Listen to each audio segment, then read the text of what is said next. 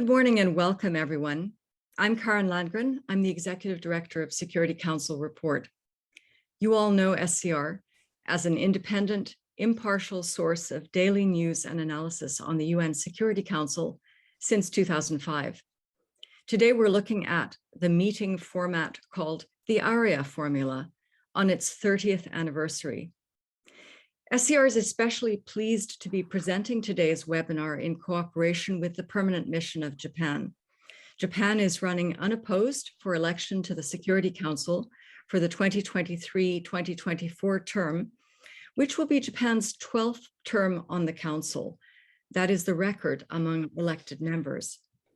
Ambassador Ishikane Kimihiro, Japan's permanent representative to the UN in New York, took up his functions here in late 2019, after a distinguished career that has included ambassadorships to ASEAN and to Canada.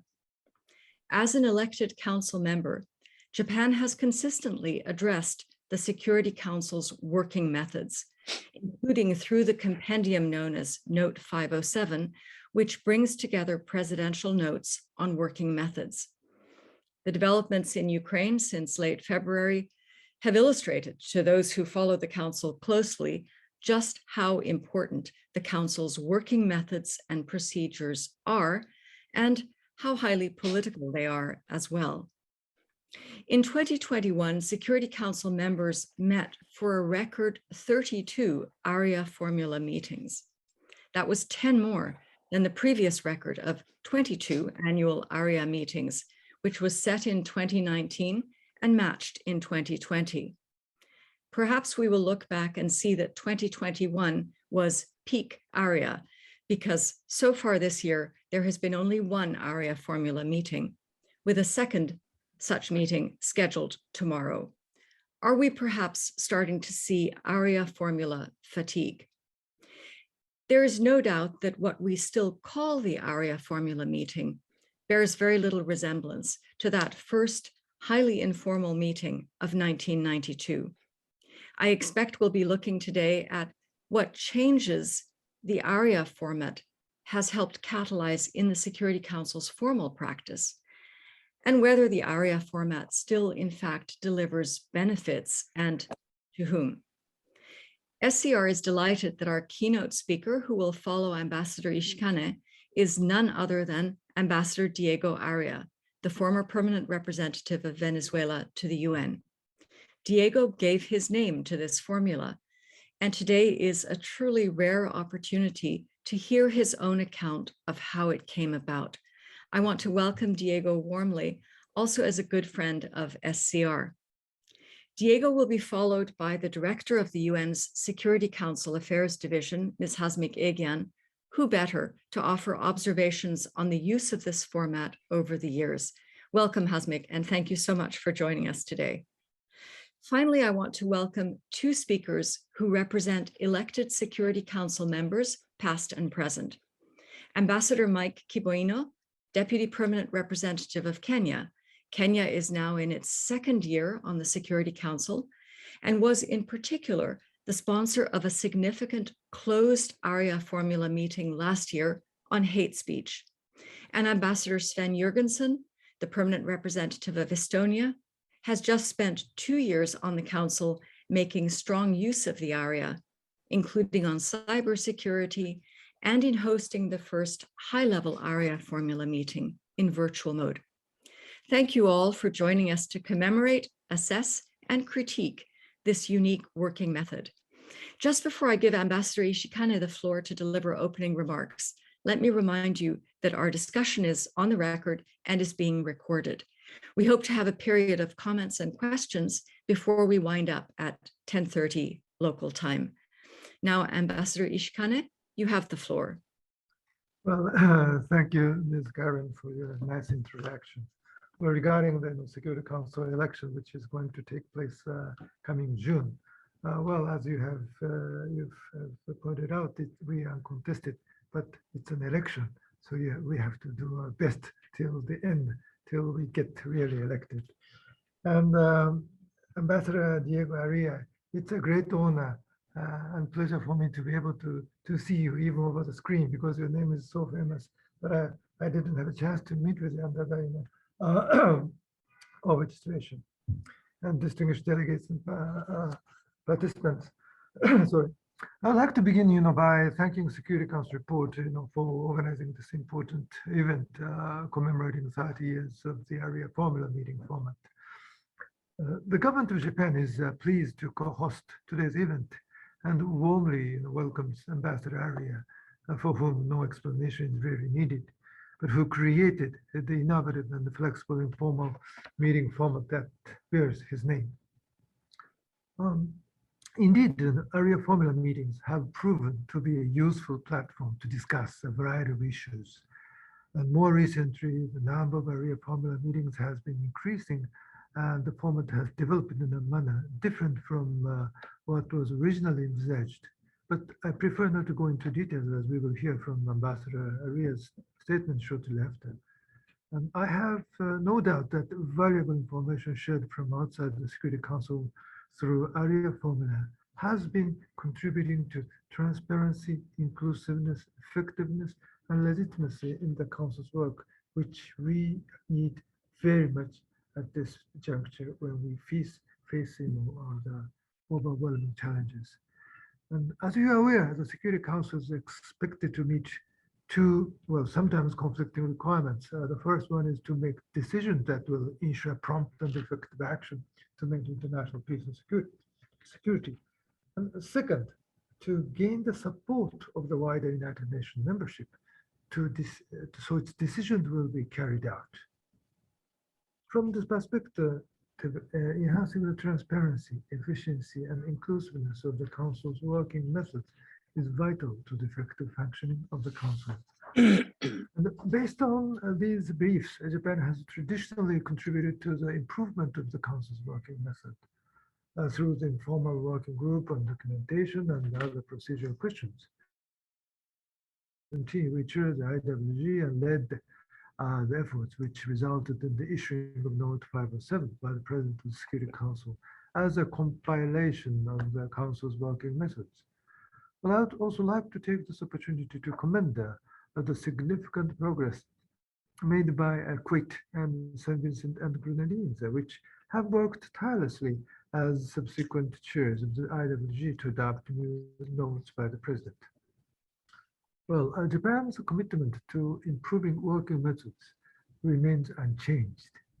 As Ambassador Inga King from St. Vincent and the Grenadines, in her capacity as former chair of the IWG, has pointed out, Note 507 and subsequently adopted notes must be regarded as a living document, quote unquote, living document, and we must continue to take into account new trends and circumstances, both in and around the Security Council, to ensure that the Council's work becomes even more transparent and effective.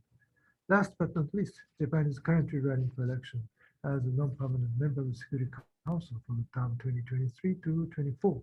And if elected, we will make further contribution to the improvement of the Council's working methods in cooperation with all member states. I thank you very much.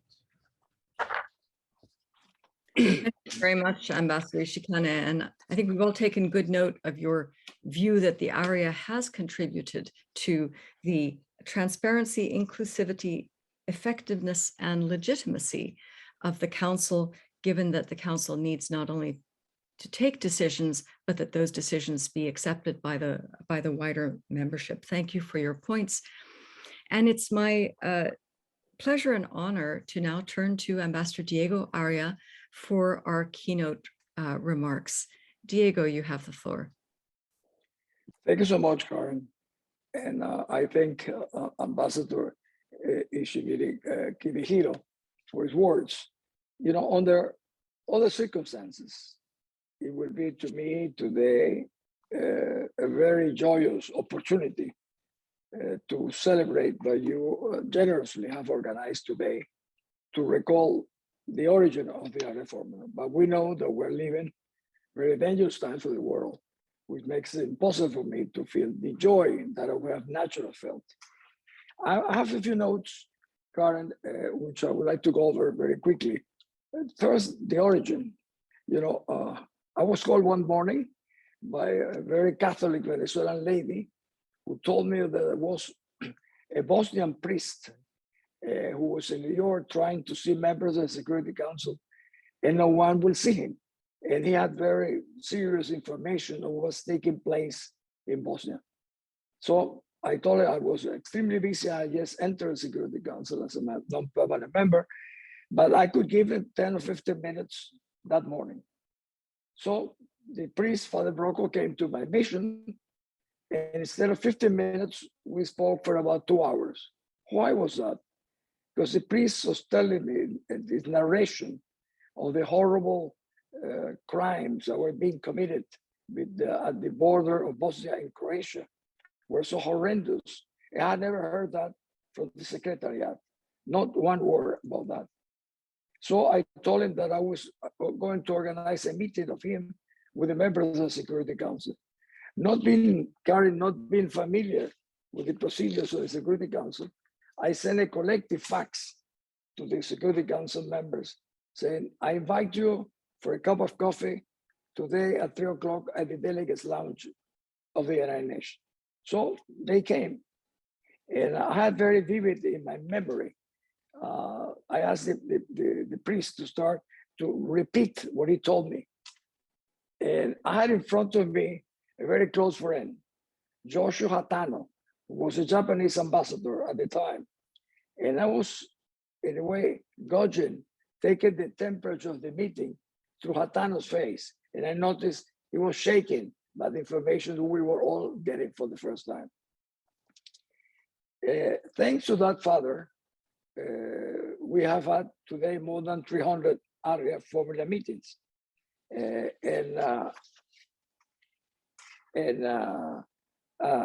the beginning, these meetings were taking place in the basement of the United Nations. There was no translation, there were no services, no notice given to the public until the best Arria-formula ever held, which was when my friend Sven Jürgenson of Estonia, we brought the whole technology to bring the Arria-formula in a different format. Hello? We hear you, Diego. Oh, somehow I thought you had disappeared. I thought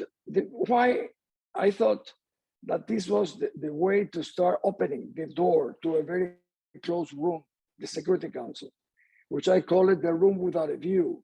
Why did I say that? Because the Security Council informal consultations had a very big window with a beautiful view to the East River, but the curtains were always drawn in a way that you could not see what's happening outside, and the people outside would not know what was taking place inside.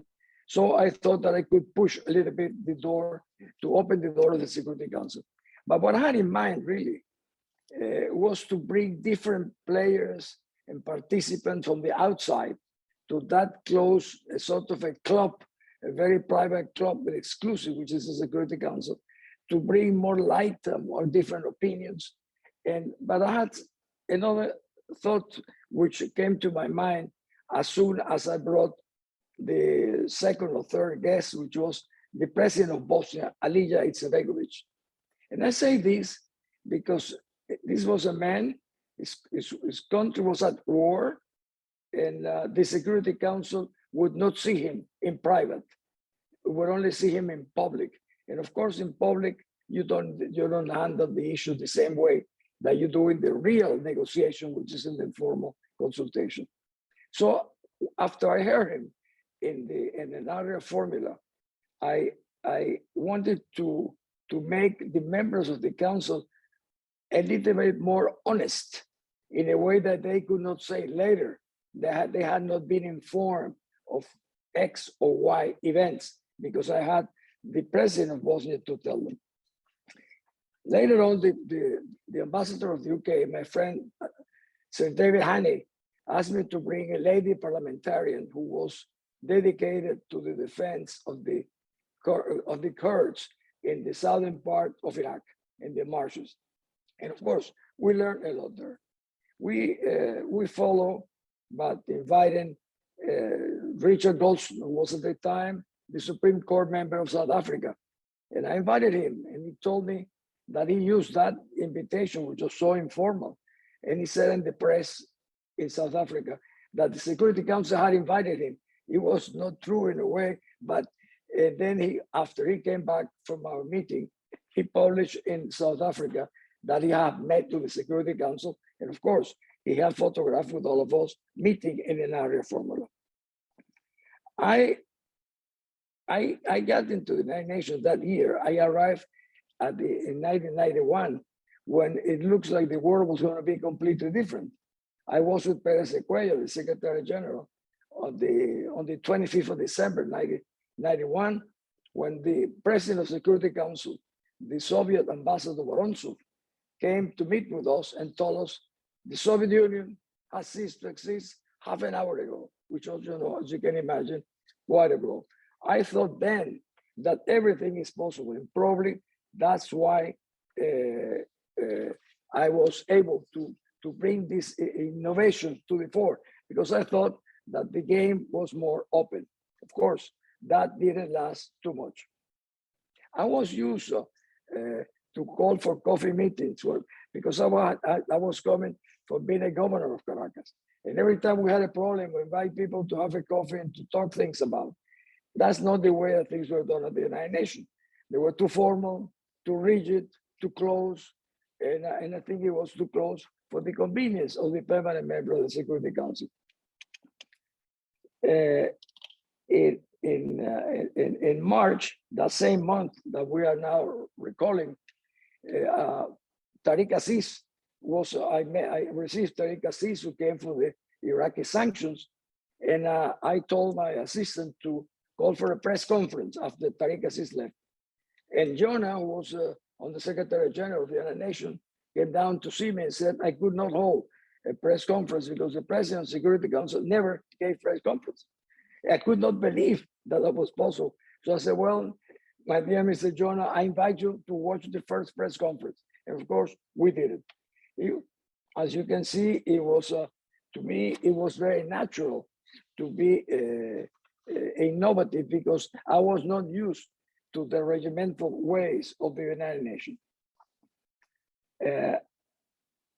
In 1997, Karin, I got a letter saying, we invite Ambassador Arria to an Arria-formula meeting to discuss the Arria-formula, a little bit like what we're doing today. And that was sent to me by the president, who was a Chilean, Somavia, and the Arria-formula was sponsored by the Portuguese ambassador, my friend Antonio Monteiro. I remember when I came into the meeting that Sergei Lavrov, who was, I believe, a completely different man at that time, said, this is a AAA meeting. And the reason they invited me was because the General Assembly, I think it was the 51st, had approved a resolution by which the Arria-formula should not be a privilege of the members of the Security Council to invite people outside, but it should be a right of all the membership. And they want to know my opinion. I said, well, there is an American philosopher called Yogi Berra who said, if it ain't broken, don't fix it. You know, they laugh, and I said, I believe that it has worked so far. It should not be enshrined in stone, and I recommend that it remains the same. And of course, it remained the same for some time until what I would like to say a little bit more. The informal consultations had a serious problem for some of the people who were suffering. For example, the Bosnian president would come to an Arria-formula, and we all gave our opinions. But then he went to see the bilateral, the permanent member of the Security Council, and they would tell them a different story. So in a way, this was a mechanism to make it possible to compare the different visions. You know, I must be very honest with you today. I've been very proud that my name, my country, is being linked to this formality, which I believe has been helpful. And every time I see that it's defending human rights, or defending the rights of certain people or children, or bringing, stopping war, or mediating in conflicts, and the other formula has been used, I feel very honored.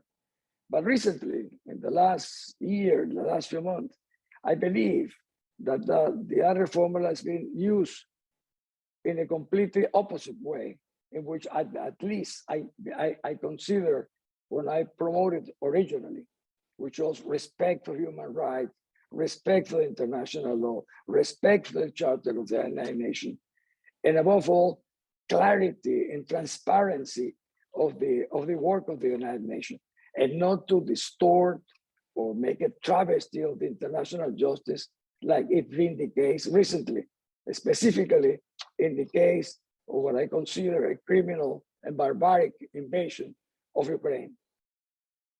I believe it makes me very sad that my name might be associated to those initiatives which are run counter completely to what we had in mind when we started this. You know, in closing, 30 years ago, I told the Security Council, after coming from Srebrenica, that a slow motion genocide was taking place there. The council did not pay attention. And 2 years later, the massacre took place. Today, 30 days later, we saw that this invasion of Ukraine was declared by Putin, while his own representative was presiding the United Nations Security Council. It couldn't be more offensive and violation of all the principles of the Charter. When Srebrenica happened, my dear friends, the international community really got away with murder.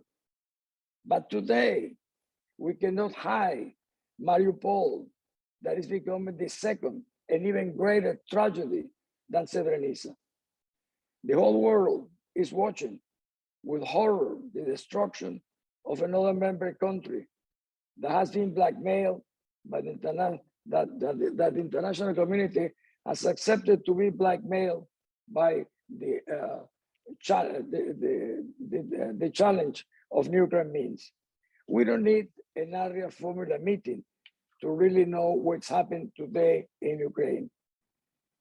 But we all know that the resolution that might come today at the General Assembly is still far away from enough. I am again so grateful to all of you for having come today to recall the 30th year of the Arria-formula. I hope you don't forget the 30 days of the Ukraine tragedy. Slava Ukraini. Thank you. Thank you so much, Diego, for those reminiscences and remarks. And you've contextualized it in our current somber moment while bringing us back to another terrible moment in history, with your view at the time that no one should be able to say that we didn't know what was happening, especially council members should not be able to say that they didn't know and they hadn't heard from the front lines. I like very much your expression about opening the door to a very closed room. And I do think it's important for all of us to seize those moments when we sense that everything is possible, or at least something different is possible, as you showed 30 years ago that you were willing to do. I also want to acknowledge, Diego, that you and I met on that trip to Srebrenica by the council. You were on the council and I was posted in former Yugoslavia, and Srebrenica, which, as you rightly noted, 2 years later was going to be the site of a terrible massacre, then had some optimism attached to it because of the safe areas that had been declared by the Security Council in another departure. Maybe that's the topic of another webinar, but thank you so much to have fleshed out your recollection. I do want to come back to you at the end with some questions, as I'm sure other listeners will want to do. I'm curious, for example, whether any member decided not to join that 3 p.m. coffee and not to hear what the priest wanted to say, but let's come back to that, because now I'd like to give the floor to the director of the UN Security Council Affairs Division, Hasmik Egean. Hasmik, please. Thank you, Karin, and many thanks to my colleagues in Security Council report for the invitation. I'm absolutely honored to join Ambassador Aria, Ambassadors Ishikane, Kiboino, and Jürgenson. It's an absolute delight, and look forward to the discussions. I will focus my intervention, my observations, mostly the discerned trends related to Arria-formula meetings, especially in the last decade, from 2012 to 2022. And my apologies to Ambassador Aria if I use his surname as a noun, which is a tribute to the popularity and the familiarity of people with the format. In the last 30 years, since the inception of Arria-formula meetings, the format has undergone tremendous transformations, some radical, both in substance, in format, working methods, as well as conception. The most radical transformations have taken place in the last 6 years. It would not be an overstatement for me to say that the final rupture or the departure from its intended purposes took place on August 8, 2016. This was an Arria-formula on Syria, which dominated Security Council meetings at that time and the world, convened by one of the permanent members of the Security Council, which was a webcast. Those invited to the Arria-formula meeting included CNN journalist, among others, as a witness. This triggered a very strong objection from another permanent 5 Council member. Perhaps then it is not surprising that it is since 2016 that the Arria-formula meetings have grown numbers every year. And as mentioned by Ms. Landgren, last year in 2021, there were 31 such meetings. One can ask whether the pandemic and the facility of the virtual format of Arria-formulas contributed to this proliferation. But then the question would be, why wasn't this the case in 2020, when most of the council meetings were also held virtually? Just as a comparison, in 2012, there were only 10 such meetings. Out of the 168 Arria-formula meetings in the last decade, 68% have been held in the last 5 years only. In 2020 and 2021, Security Council members spent over 60 hours each year in Arria-formula meetings. This compares with 17 hours in 2017. One could say that with the August 8, 2016 Arria-formula meeting on Syria that was webcast, these have become demonstrable extensions of the Council's fractiousness and unhealthy public polemics, rather than a forum for discrete conversations with parties to conflict who would otherwise be unable to exchange with Council members, as presented by Ambassador Aria as to how the first such meeting took place. This is particularly true to politically contentious issues on the Council's agenda that are taken up in Arria format meetings.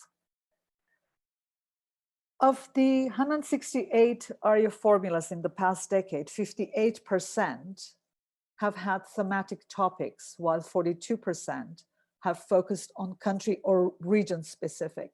As mentioned by Karin, by Ms. Landgren, this year there has been only one such meeting earlier this month, convened by this month's president of the Security Council, United Arab Emirates, that focused on climate finance for sustaining peace and security. If we are to analyze the trends, whether in the past decade, Arria-formula meetings are being convened mostly by permanent members or by elected or by a mix, this is what we can observe. Out of those 168 meetings, 40% were organized by both permanent and elected members of the council.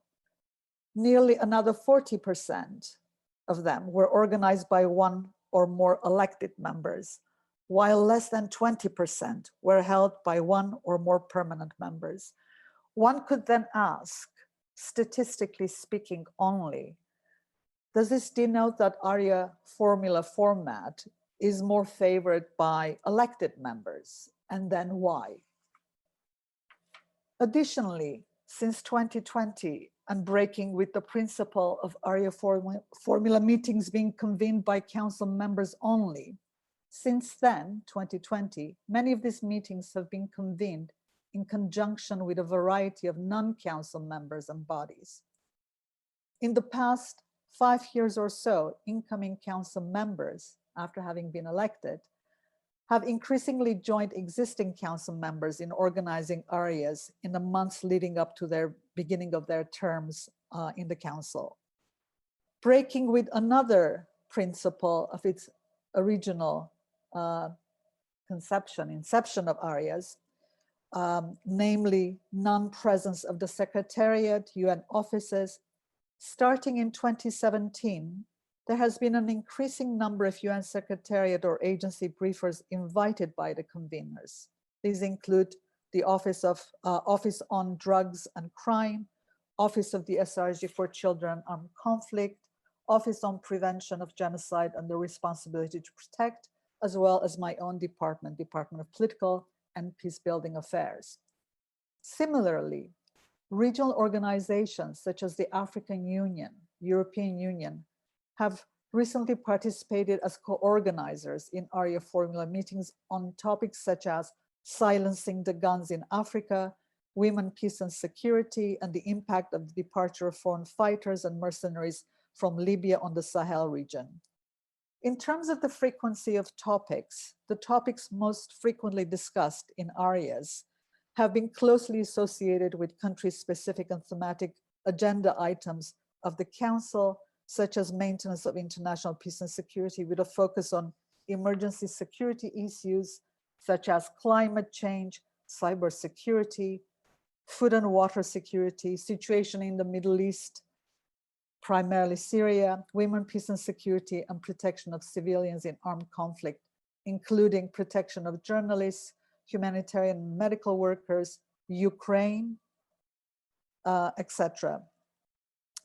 While it is not possible to make a direct correlation between the origin of an agenda item of which the Council is seized and the topics discussed at Arria-formula meetings, a couple of observations could be made to show that Arria-formula meetings are often used to build momentum within the Council on certain thematic topics or regions of concern until they're introduced either as an agenda item of the Council or sub-item under an existing agenda item.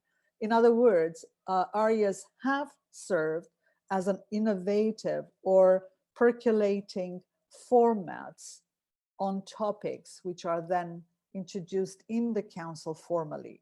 Specific examples in recent years, 2 country-specific agenda items, namely the situations in the Democratic People's Republic of Korea and the Bolivarian Republic of Venezuela, were first discussed in the context of Arria-formula meetings before they were formally introduced and adopted as agenda items to the Council.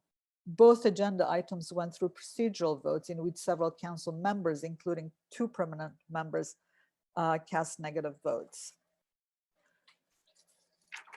While drawing a direct correlation between the origin of agenda items and Arria-formula topics may be tricky, there are ample examples in which these topics have preceded the appearance of sub-items, particularly under agenda items of a broader thematic nature. A few examples. Under maintenance of international peace and security, a sub-item, climate and security, first appeared in an open debate in the Security Council in September 2021. However, a number of Council members have previously organized Arria-formula meetings on the topic in April 2020. I can give many other examples where topics, whether they're thematic or country-specific, have first been broached in Aria format, thus increasingly allowing the same to be discussed in the council formally, including missing persons in armed conflicts, cybersecurity, protection of critical infrastructure against terrorist attacks, etc. In terms of the working methods of the Arria-formula and the way they have been transformed, and it is debatable whether those transformations have been positive or not. Despite the original purpose of Ambassador Aria to have these meetings in closed or confidential settings, 70% of Arria-formula meetings held since 2016 were broadcast to the public. Since 2018, broadcasting Arias has become the norm, with close to 90% of them being broadcast. Also noteworthy, in the last 2 years, organizers of Arria-formula meetings have circulated summaries of such meetings as letters addressed to the President of the Security Council, thus rendering them fully public. Few closing observations. In the most recent Finnish workshop last November, hitting the ground running, considerable time was devoted to discussing Arria-formula meetings. And while there was overall support for their continuation, numerous voices have called for their recalibration. While several council members underlined at that meeting that Arria-formula were instrumental in addressing emerging issues, some cautioned against over and misuse of the format and bringing completely unrelated matters to its purview.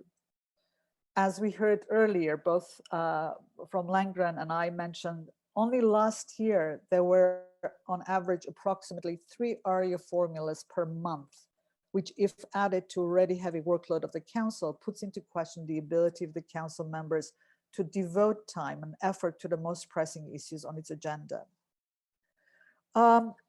In 2020, a permanent council member also sent a formal communication to the President of the Security Council raising concerns with the participation or non-participation of council members in those Arria-formula meetings, the issue of webcasting, as well as archiving in the form of formal records, letters sent to the presidency of the council and subsequently issued as official documents of the council, also objecting allegedly to the misrepresentation of some of the positions of council members in those meetings.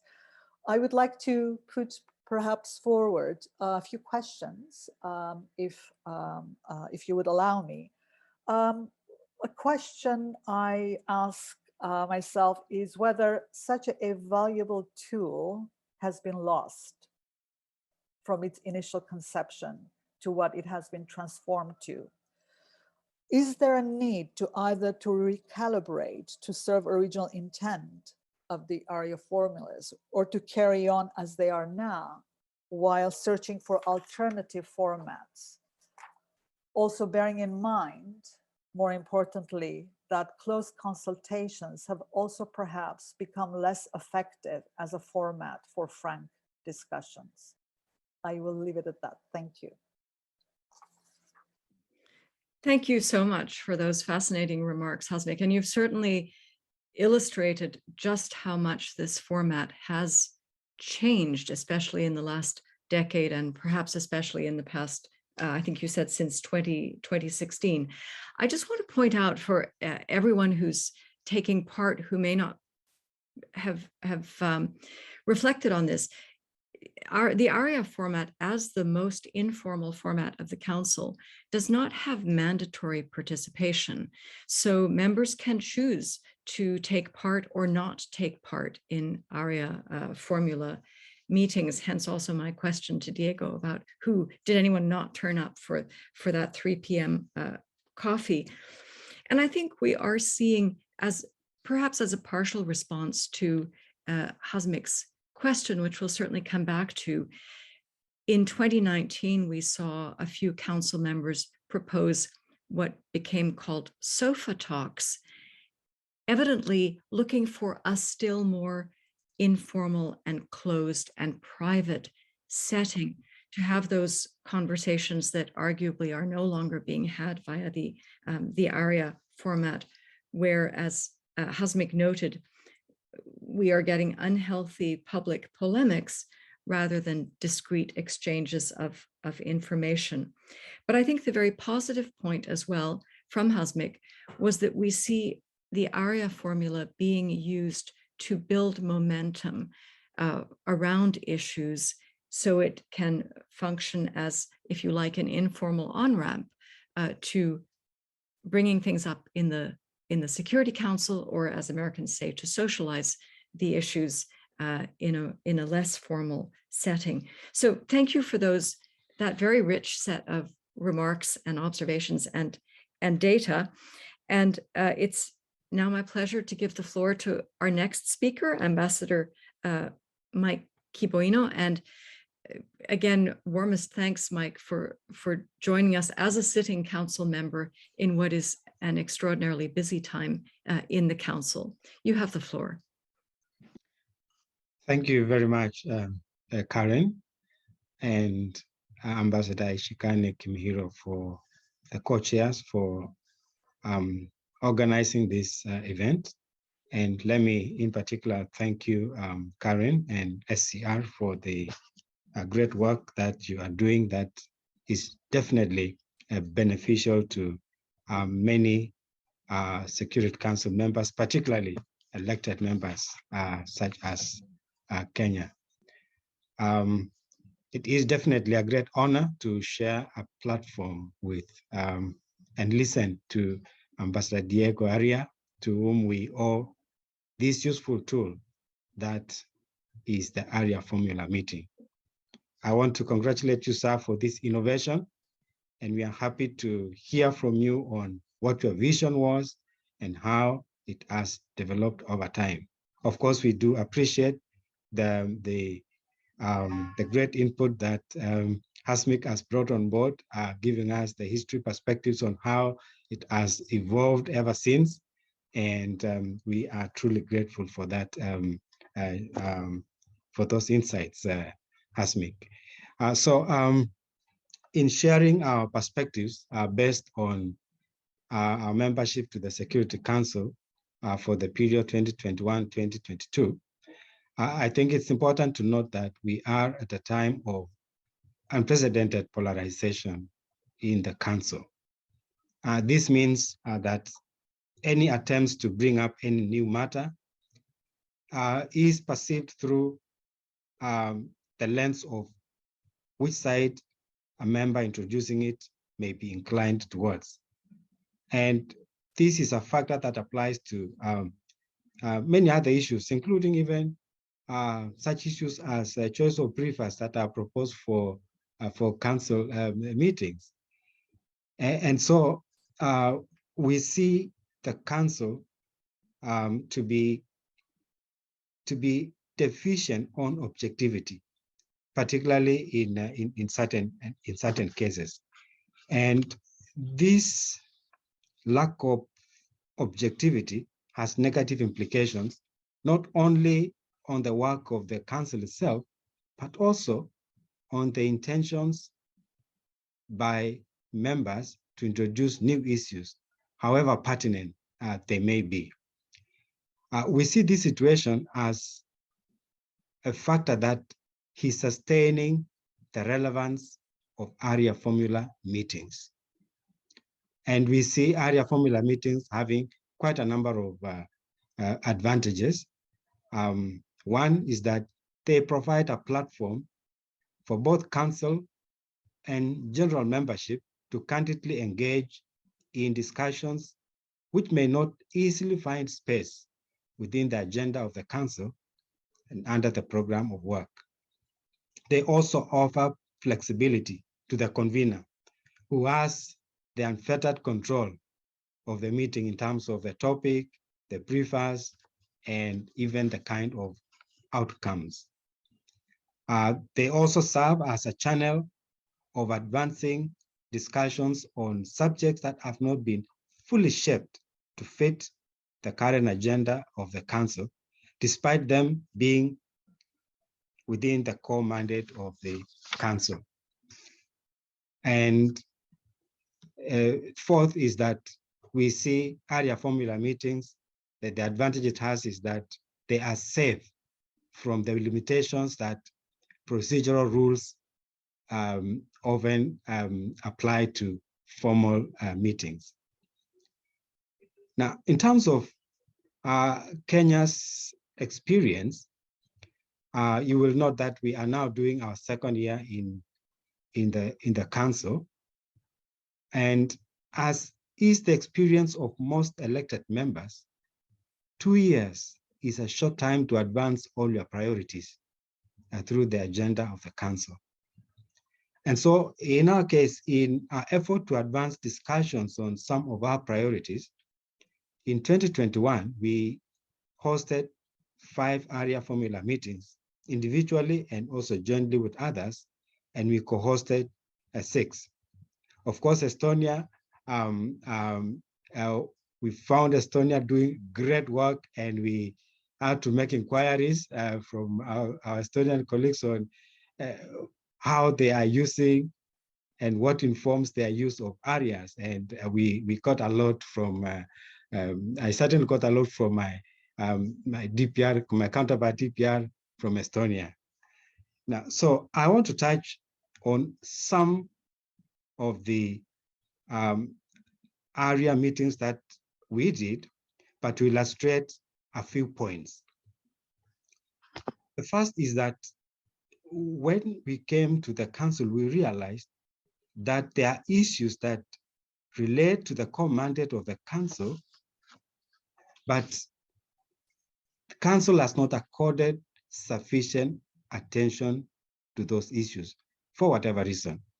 And we found that in such instances, Arria-formula meetings can serve to ignite interest in the Council membership to more intentionally focus on them as a matter of concern.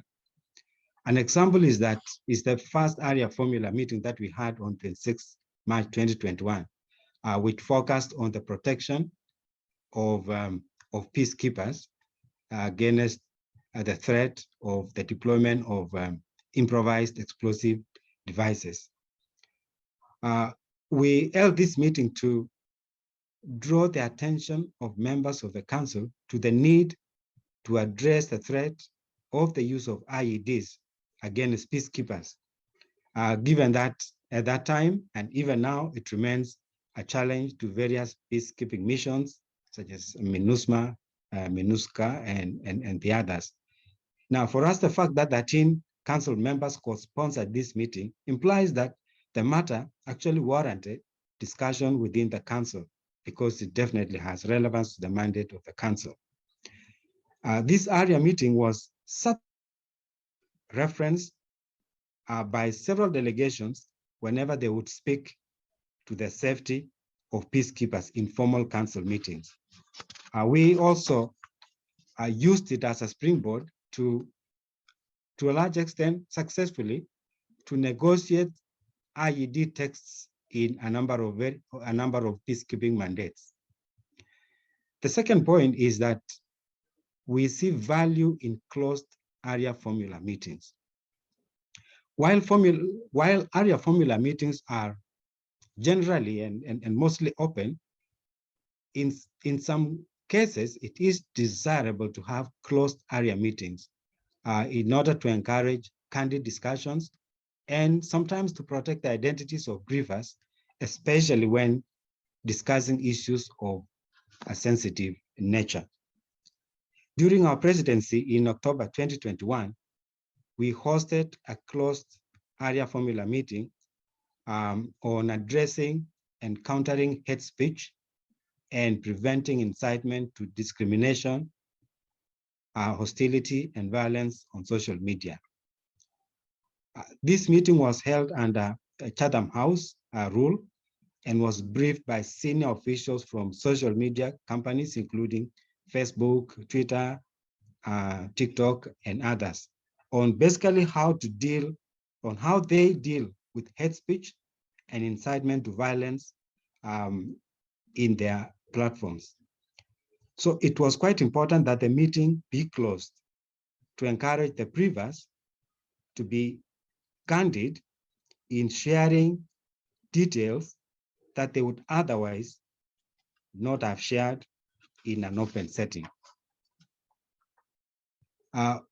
This was an important meeting for us because the fires of today's conflicts are stoked more through social media. We see misinformation and disinformation campaigns with the purpose of fueling conflicts or war are more effective on social media than through conventional methods. And so we think the discussion on this topic has contributed to its eventual entry into the agenda of the Council. A third point we can pick from this area is that the presidency of the Council can in fact host Arria-formula meetings during their month. When we came to the Council, the notion that we found was that when you are the president of the Council, you need not host Arria-formula meetings because you are in charge of the Council's program of work and you can put in your issues. We noted that even Ambassador Aria himself had such meetings while holding the presidency. And the current presidency of the Council also held an Arria-formula meeting recently as one of their signature events. The fourth point is that there is no limit as to the level of participation in Arria-formula meetings, although they are mostly held at PR level. High-level Arria-formula meetings can be very useful in rallying political support for a particular cause. This informed the Arria-formula meeting on Haiti that was organized by the A3+1, that's Kenya, Niger, Tunisia, and St. Vincent and the Grenadines on October 15, 2021. This meeting had the attendance of the Prime Minister of St. Vincent and the Grenadines and Haiti, and there was also a special message from President Uhuru Kenyatta in that meeting. Some of the challenges associated with Arria-formula meetings. We see as long as the agenda of the Council remains restricted, members will always seek other channels to pursue their interests. And the Arria-formula meetings is a time-tested format that we think offers a practical way out. The possible proliferation of Arria-formula meetings as a result of the Council being unable to build consensus over necessary elements of its work may undermine its value and possibly create a fatigue due to overburdening of Council members. We have to bear in mind that Arria-formula meetings are over and above the regular program of work of the Council. And this fatigue comes in especially when members bring up topics that have no or little relevance to the international peace and security. Secondly, and given that Arria-formula meetings are not subject to the provisional rules of procedure, the topics for discussion are sometimes shared very late, and some are also of a highly technical nature. In this regard, some discussions may not benefit from in-depth preparations, while even members may choose not to participate in some. And again, since these are informal meetings, there is no, it's not mandatory for members to participate. So to end, I think I will just emphasize that Arria-formula meetings are here to stay. And being of immense utility to Council members, I think it may help, and thankfully, as Miki said, it may help if the Secretariat could create a repository of Arria-formula meetings for reference by council members and also for posterity. I think that's something that perhaps a debate that we can carry forward to see in the end how some of the discussions and issues that arise from Arria-formula meetings can be documented. Elected members of the Security Council shoulder the responsibility of representing their electorates. And by this, I mean the membership of the United Nations who elect them, their respective regions, and of course, citizens of their countries. We therefore have that preference for openness of Arria-formula meetings for participation by the wider membership. And this promotes inclusivity and provides the benefit of a wide range of views, which presents a better understanding and position of the membership on a matter. I thank you very much for the opportunity. Thank you so much for your extensive remarks, Ambassador Kibuino. I really appreciate your views in favor of the Arria-formula meeting and the gaps it fills, essentially, what it allows members, especially elected members, to do and to hear. I took good note that you described Arias as being safe from the procedural rules that apply to formal meetings. And in particular, that you drew attention to the use of closed Arria-formula meetings, which in a way take us more back to the original intention of a closed space where particularly candid views can be exchanged, not for the benefit of the TV cameras or the home audience. And I just want to remind participants here that one of the things that made the 1992 meeting so unusual was that it enabled the council to sit down with a member of civil society.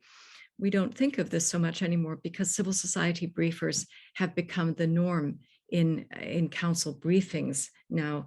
In a way, what I was getting to when I suggested that the innovation of the Aria has actually introduced or helped introduce some changes into the council's formal practice as well. It has had that influential role. Thank you again, and it's now my pleasure to give the floor to our last speaker of the morning, Ambassador Sven Jürgenson of Estonia. Sven, you have the floor. Thank you, Karin. And like others, I would also like to thank you and the Security Council report and Japan for organizing today's event to commemorate the 30th anniversary of the Arria-formula meeting. I am especially honored to be here today with my fellow panelists and Mr. Diego Aria, the founding father of the format. And it was a great honor when he called me his friend today. Arria-formula meetings, like we heard from Diego, was born from necessity when the existing meeting formats did not allow a Bosnian Croat priest to convey an eyewitness account of the violence in Bosnia and Herzegovina to the council. The innovative informal meeting that Mr. Aria thereafter called together was nothing less but historical. Even though the provisional rules of procedure of the council laying out formats of work were adopted in 1946, and then the Arria-formula was initiated in 1992, the challenges that the council members and mostly elected members face have remained somewhat similar throughout the years. As holding an Arria-formula meeting does not require the agreement of all council members, it provides an opportunity to invite briefers and discuss topics that would not enjoy the necessary consensus or votes otherwise.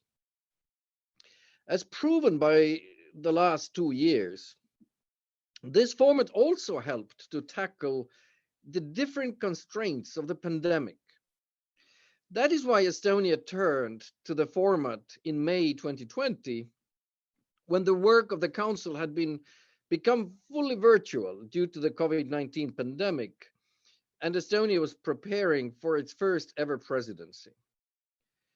As the pandemic did not allow physical high-level participation, we were analyzing different options, how to hold our signature events, taking into account that holding a procedural vote was not possible at the time.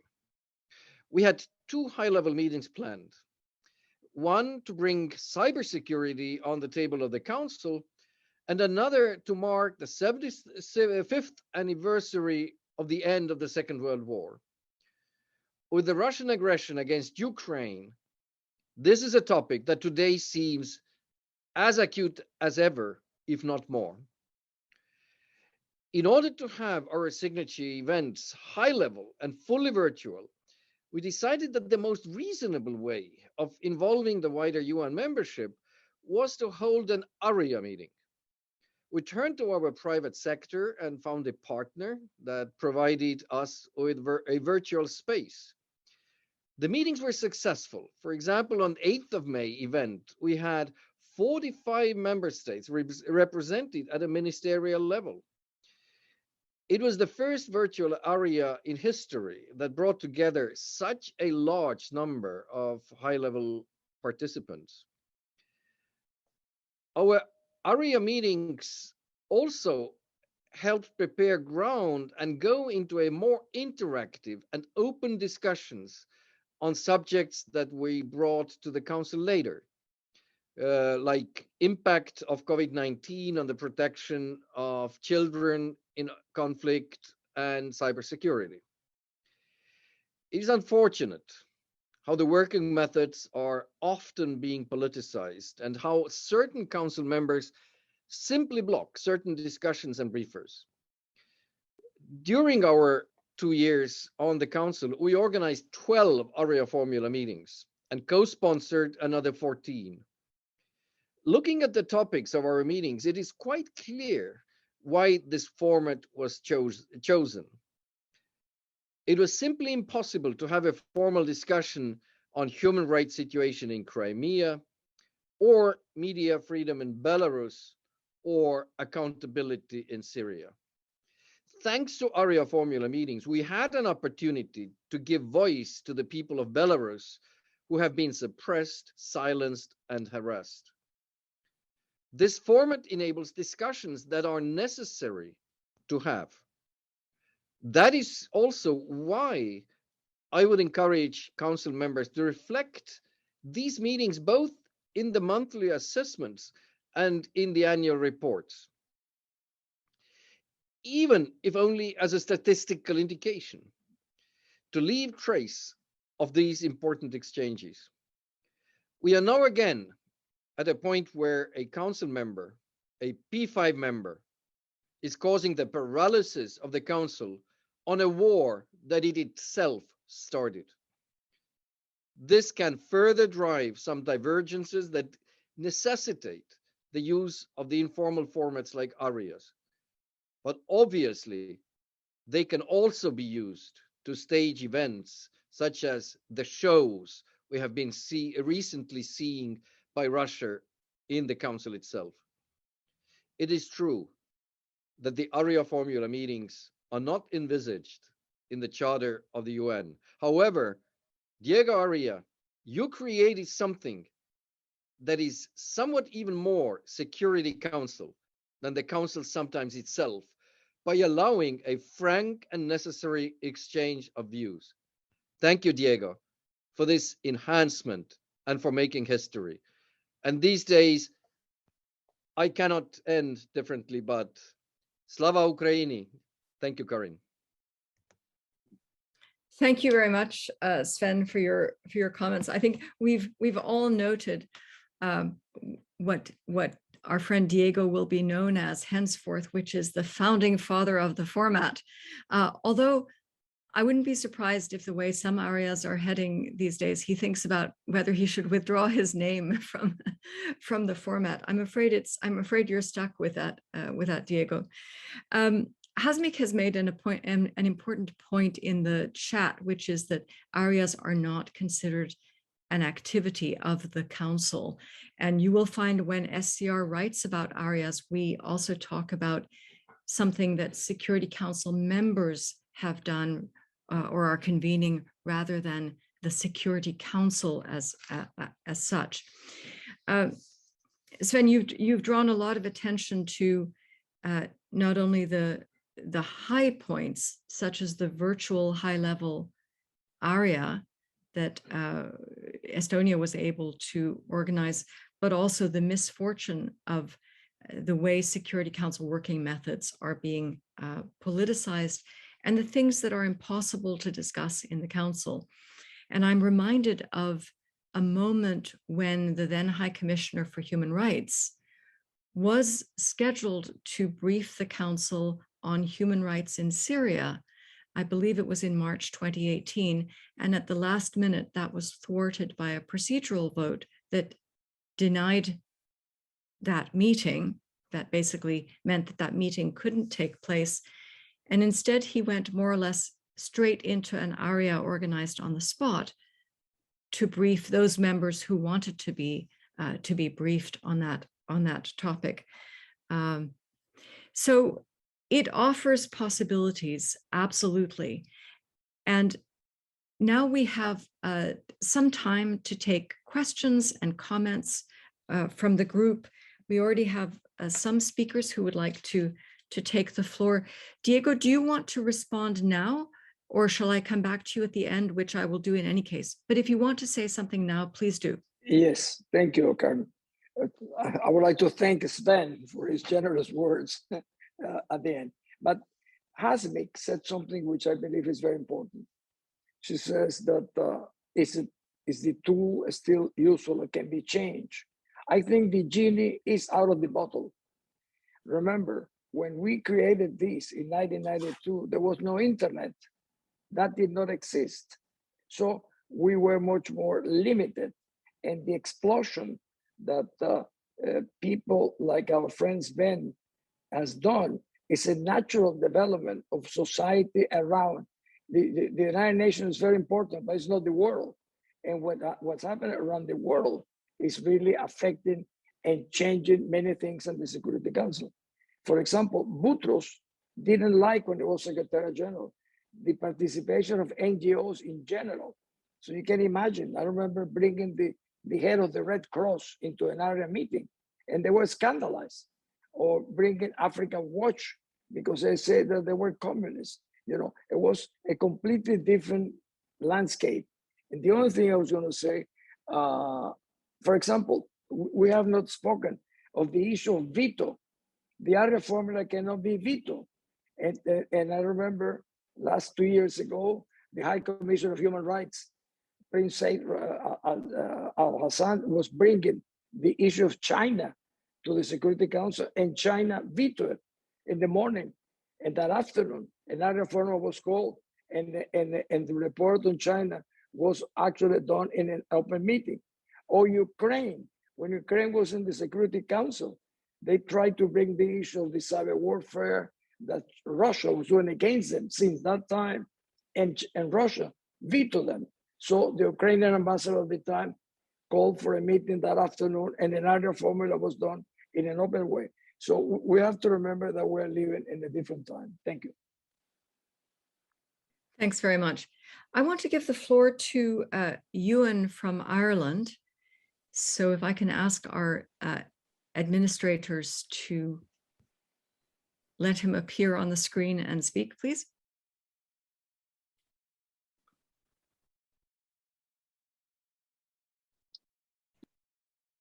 I think I can be heard. I'm not sure if I can be seen.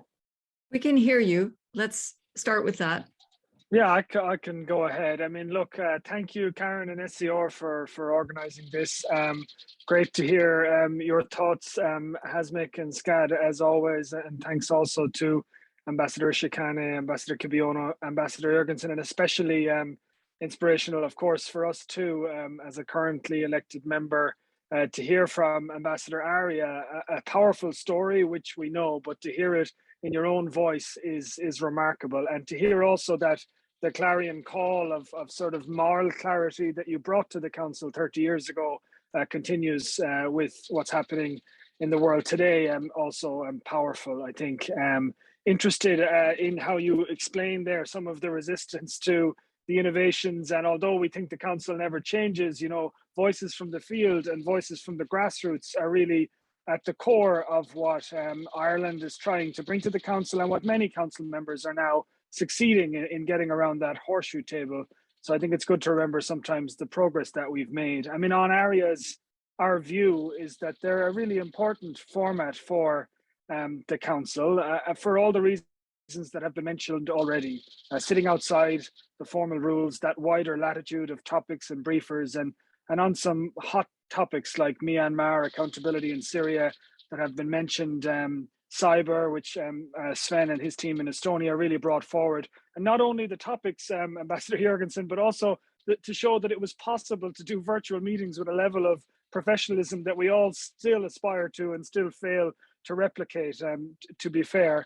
And the area we initiated in last year was on women's participation in UN-led peace processes. That's something where we think the UN has real room for improvement. And it started as an area on International Women's Day, but as a thread we followed throughout our term in our engagement with the Secretariat. I mean, for Ireland, I think the bar by which we measure Aria meetings should be added value.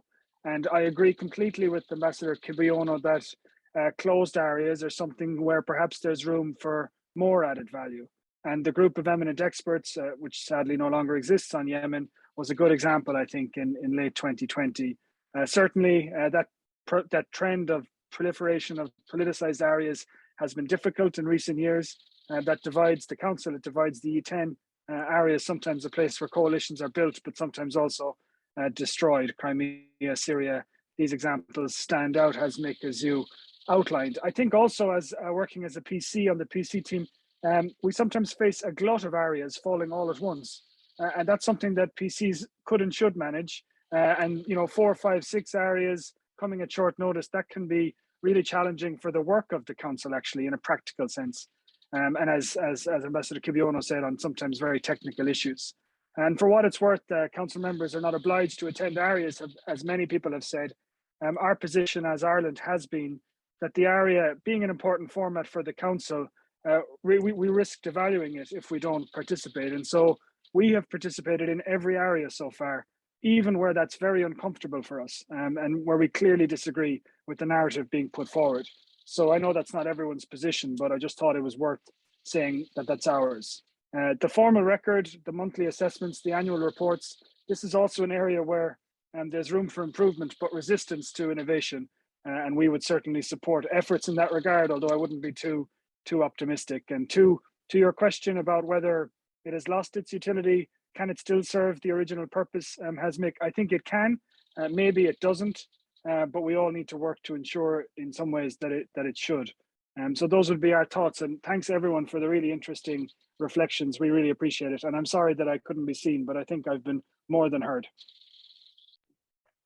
Thank you so much, Owen. We have absolutely heard you. Thanks for those interesting points. And I think a very good example of how an Aria can be used to bring an issue more into the public eye in order to let it subsequently come into the Security Council is precisely cybersecurity, where we saw during Estonia's 2 presidencies. I think the first Aria on cyber was convened during your first presidency, Sven. Is that right? And then an actual Security Council open debate on cyber, its first on that topic, took place in 2021 under your second presidency.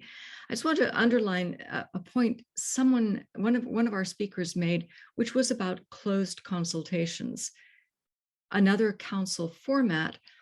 And the point was made that effectively they aren't so closed anymore. And I think we have all heard from council members or formal council members dismayed to find that the things they said ostensibly in that closed setting were being talked about or tweeted about even before they had left the room. So it has lost some of that protected format, which is supposed to be a candid space, but not all briefers feel that it can be. I think one of the other questions we'd be very, very interested to hear speakers on is, should Arias be more private and stop being webcast?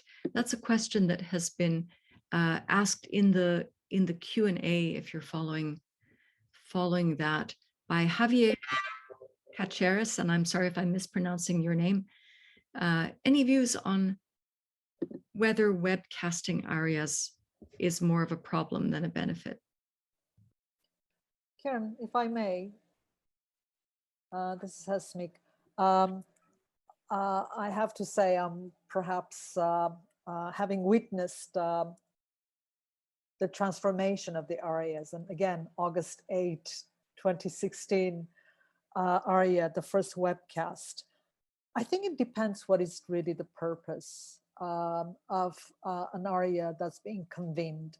If it's really to raise awareness, coalesce support around issues, to have different views put out there for both the wider UN security, the UN membership, as well as the public, to form views, informed views. I think webcasting is great. And as Ambassador Aria has also said, you know, the genie is out of the bottle. You know, it has, as I mentioned in my presentation, 90% since 2018 have been webcast, have been made public, and now the records of those are being published, whatnot. However, and I'm afraid, at least in my perception of what areas, the harm that has been done, if the intention of those areas is really to further air the divisiveness, self-righteousness in some ways, you know, of council members in presenting their positions, I think it's doing more harm than good. We already have that in the council's open meetings, formal meetings that are webcast.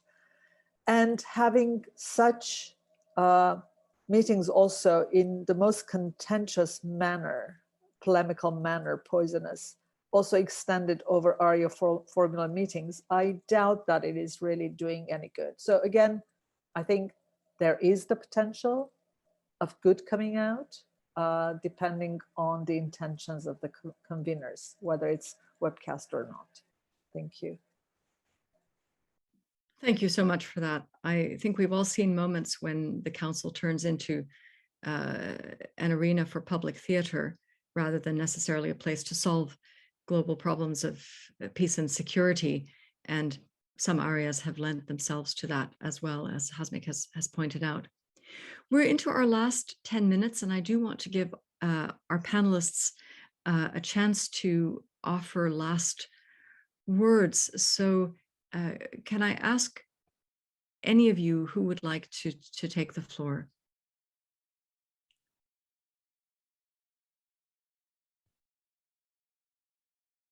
Or has everything been said? Well, please, Diego.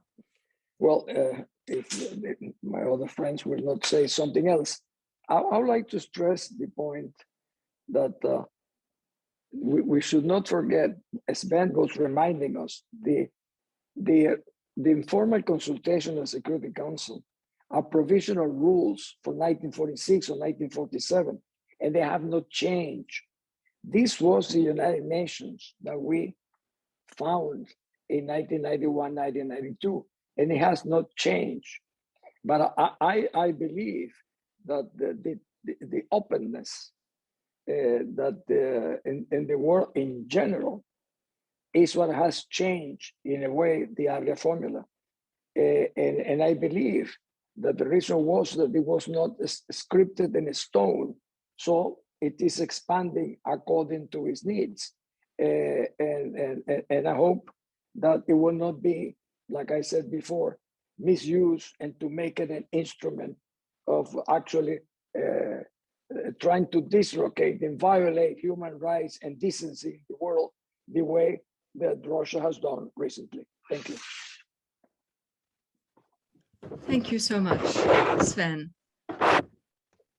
Yeah, thank you, Karin. I agree with everything that has been said. And, you know, whether to have open meetings, Aria meetings, webcasts, not, I think it depends, like just like Hasmik said, it depends on the subject, it depends on what is the purpose of the meeting, but it also depends on the composition of the council, you know, because this is changing every year, and so therefore the atmosphere, the logic of the work is changing all the time.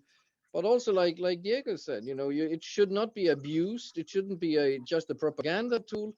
And once again, you know, it's an absolutely you know, perfect tool to bring up issues where there is not enough consensus to bring on the table officially. And especially at the time, why it became so popular when we were actually in the council for 2 years, it is that, as you know, during the virtual time of the council, when there was a lockdown, we didn't have procedural vote. So usually you could get issues on the table of just 9 votes and there is no veto right. We didn't have this tool because so everything coming to the council had to be by consensus. That is really difficult to get. So that was a tool that came to help us. And the other thing that we found really useful was using Aria as a stepping stone of bringing issues officially on the table. And that is especially about cybersecurity, for example. When we were able to finally, during our second presidency in June last year, we were able to bring cybersecurity officially on the table. But all the preparation to get there was in an informal way. You know, we had meetings, we had AOBs, we had Arria-formula meetings. And so there was a kind of a preparation to do that. But just to finish, it's a good tool, but it should be used responsibly. I think that is something that I would say. Thank you. Thank you very much. Hasmik, I don't know if you would like to say anything else before we wind up. Thank you, Karin. No, I in a way, I did make concluding remarks before. Thank you. Thank you very much.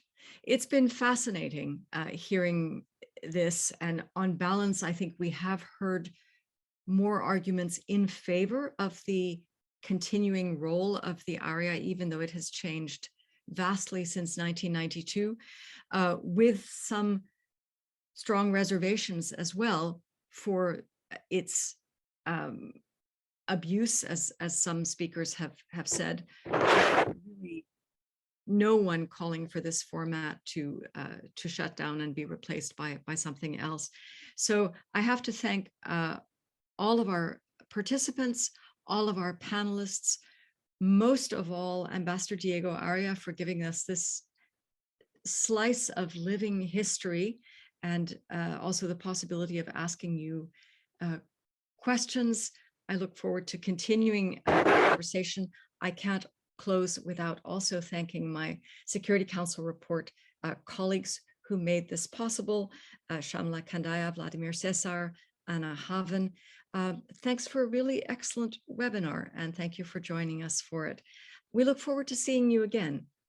Have an excellent rest of the day.